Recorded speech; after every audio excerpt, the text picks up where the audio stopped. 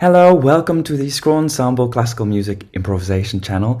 I'm Robert, and today I want to talk about cadenzas. I'm making my way back to Joachim Quantz's book on flute playing. He was a Baroque musician and wrote this wonderful, fantastic book in which he describes several improvisatory practices, such as ornamentation and cadenza improvisation. If you want to watch the other videos, you can go into this playlist here, or you can find it, of course, in the description below. Today I'm going to talk about the solo cadenza, but Quantz also talks about improvising cadenzas as a duo. Very interesting, and I will also talk about that in another video, but not this one. Just like a Wikipedia article, Quantz starts with some disambiguation. In his time, the word for cadenza, cadence in German, could mean different things, and he just wants to make sure you know what he means. So first of all, it could mean the end of a phrase, any phrase in music. Nowadays in English we call that cadence, and this meaning was already in use from the 1500s. Then in French, cadence could mean a trill. Here you can see a page, or a bit of a page, from a book called Principe de la flûte traversière, blah, blah, blah, blah. It's a flute method by Hotteterre, and here he gives these different trills, and here you can see the word cadence. And if you're interested in some other improvisatory ideas from Hotteterre, there's also here a wonderful video about how to improvise preludes. And finally, the real meaning that we're after in this video and in Quantz's chapter is an improvised ornament in a solo part, and specifically on the penultimate bass note of the piece, although we'll see that Quantz also kind of disagrees with himself there. Also interesting is that he talks about ornament. So nowadays, well, I wouldn't talk about a cadenza as an ornament, but when you think about it, the cadenza happens on one note and then whatever happens, but it doesn't go away from that first original note. So you could actually consider it a very big ornament. Next, Quantz talks about the history of the cadenza as he perceived it. So just a little note, this is not the way we tell the history of the cadenza nowadays. I think it's still interesting to look at how Quantz looked at it from his perspective in the 1750s. So before this idea of a cadenza with one note and a fermata and a free improvisation became current, we had this earlier idea where there was a little passage over a moving bass with a trill to finish that off. And this is what that looked like. So this is Quantz's Sonata QV5, the Adagio. And here we can see the moving bass and the ornamentations, the little passages that Quantz is talking about over it. And so the main distinction is that in a more modern cadenza, there will be a fermata here, and then you would do whatever you want, and everybody else would stop, and then you would finish on this trill. And in this case, it just keeps on going. So this was an earlier type of cadenza, but of course, as you can see here, Quantz still uses it also later on.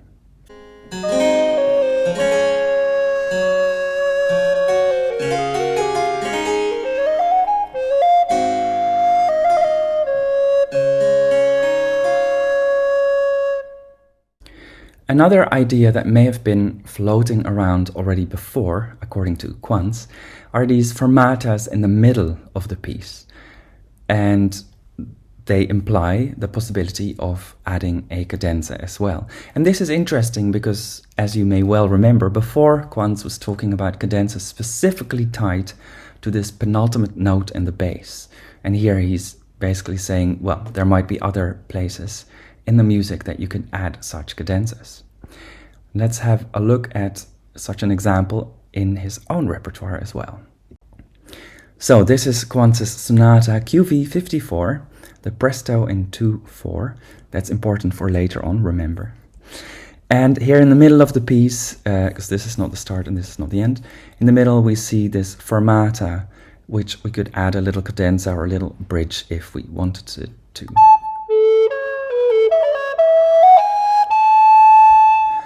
So Quantz thinks that then people just started inventing and using these cadenzas on the penultimate bass notes without necessarily starting from rules or conceptualizing such an idea first. Those rules and ideas came later, such as in Quantz's book here.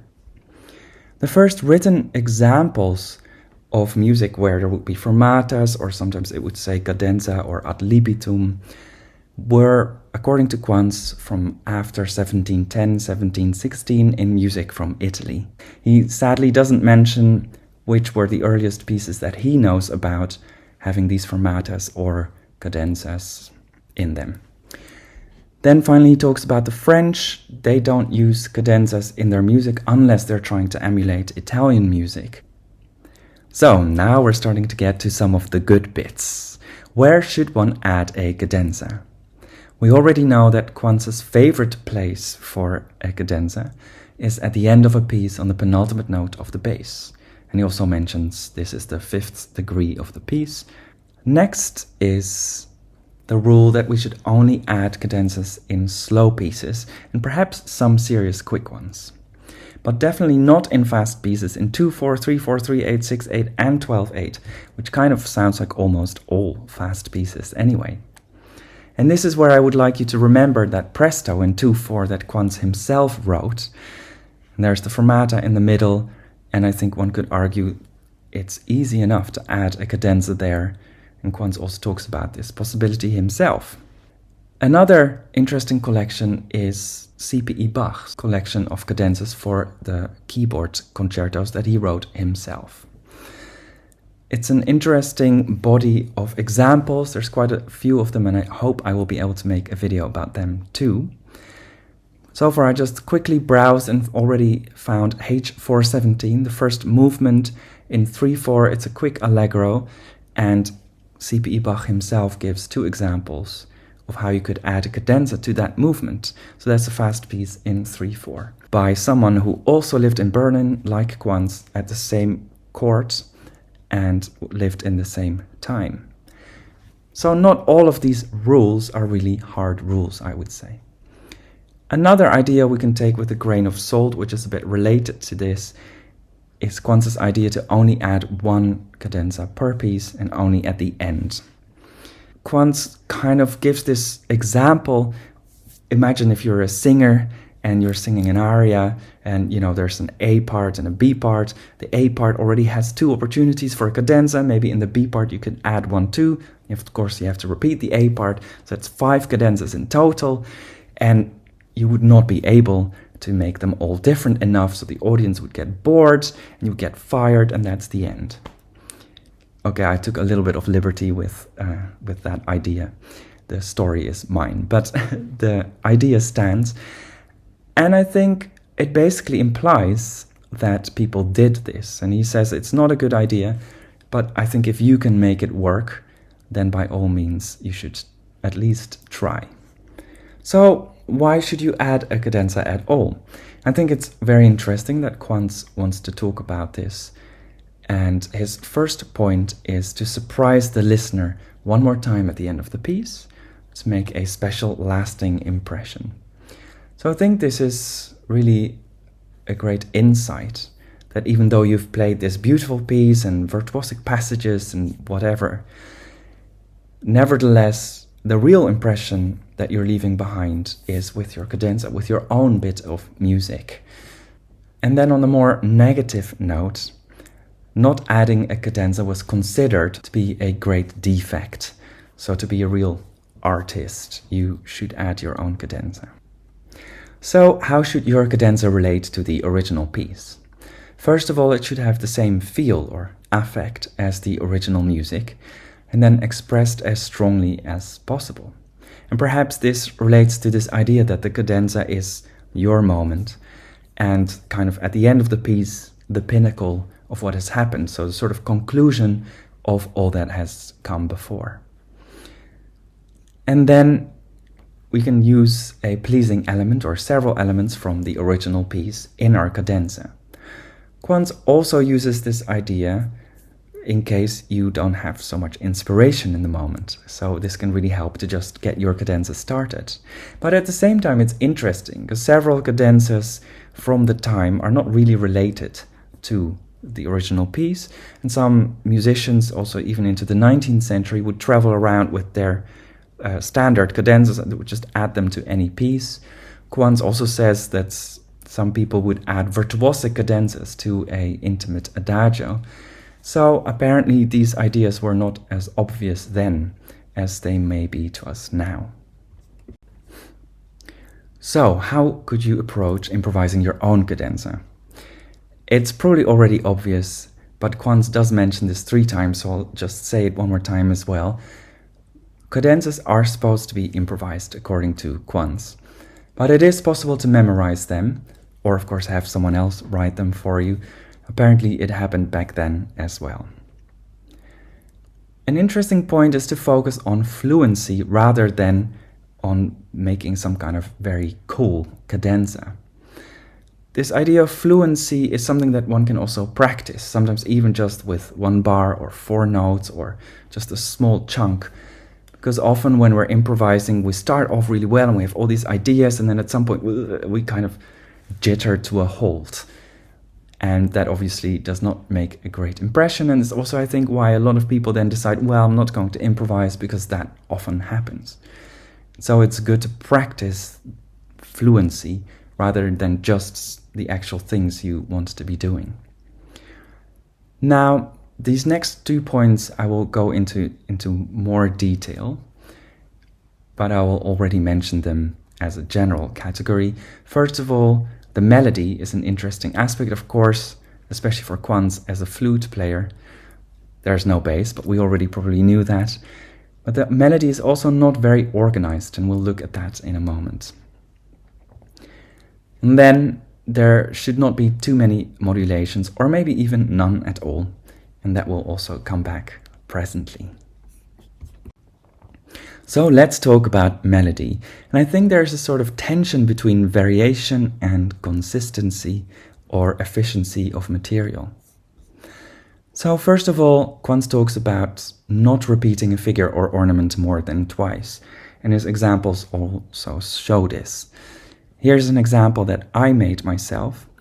If you want to see Quantz's examples and more, you can join us on Patreon, where I will add them into the presentation.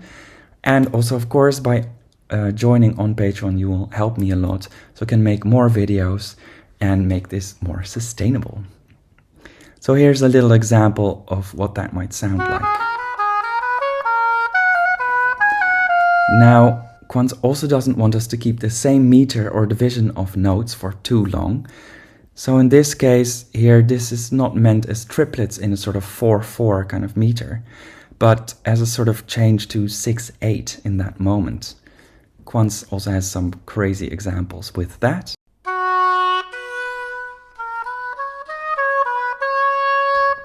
On the contrary, Quantz says to focus on only a few ideas. So each time you improvise a cadenza, it will be different. And it makes sense especially for someone like him, who would have been at the same court with the same people for years on end. And also, don't mix different types and affects in a way that makes sense. When you're improvising a cadenza for a fast virtuosic movement, don't add a slow bit to that or something more lyrical. On the other hand, using these different affects and tempos would help a lot in using still the same figures, but varying them. So I think there's an interesting tension there that could be explored in improvising one's cadenzas. As far as I've seen so far, the cadenzas that we have written out in examples from the time, they don't really do this. They're quite consistent, often using one or maybe a few different ideas. Not too much variation, and definitely kind of keeping in the same meter and tempo and division feel. They might be written without bar lines, so maybe that implies a sort of freer approach. But still, this idea of really changing kind of meter seems to me quite foreign, and it's very interesting, but also not so easy to do. So I'm very curious what you think about that.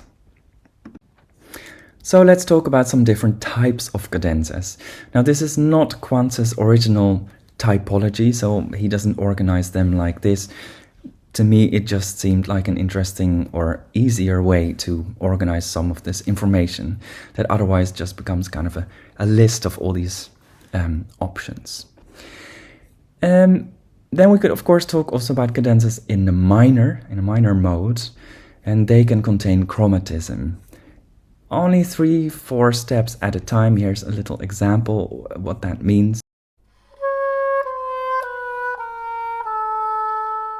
Then there is also an allegro type cadenza. To achieve this, we will use leaps, triplets, and trills. Maybe that would sound like this.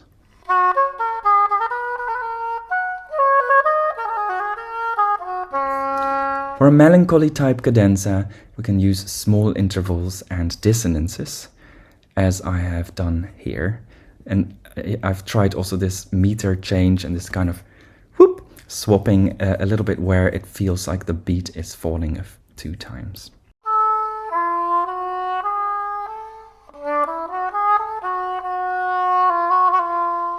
And finally, there's also a distinction that Quantz makes between cadenzas for wind players and singers and the ones for string players and perhaps other instrumentalists. So for wind players and singers, we should focus on a cadenza that fits on 1 breath. Still, I think it's a sort of aim, but doesn't mean you can't breathe at all. And it also doesn't mean that it should all happen in, like 15-20 seconds. So let's talk about modulation. First of all, to start improvising cadenzas, you don't have to modulate at all. So if you find that a bit difficult, still just get started and you can worry about modulation later. Even Quantz says if you improvise short cadenzas, you don't need to modulate at all. So probably for wind players, for example, no need necessarily. You could add some small local modulations by having these diminished fifths or augmented fourths. Here's a little example of what that might sound like. So basically by introducing the F sharp, we modulate to G for a little moment. And then immediately we go back with that F there.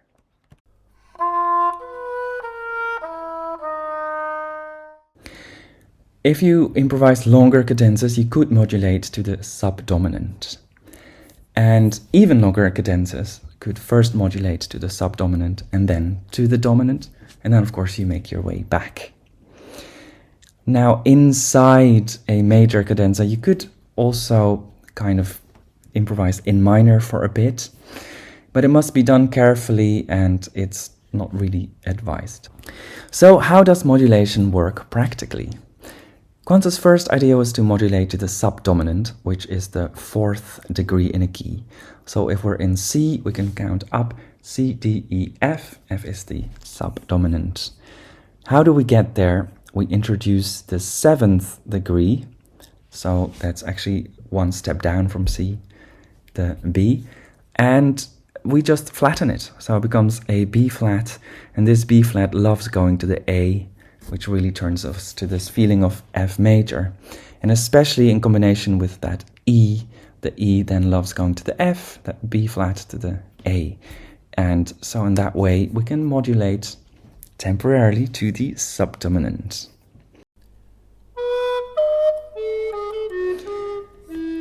That also means that if you are in minor, it's good to add this major third, so the E. That really helps us get there as the leading tone to F. Now, as a next step, you could either just modulate back, which basically just means reintroducing the B natural, and then you're back in C.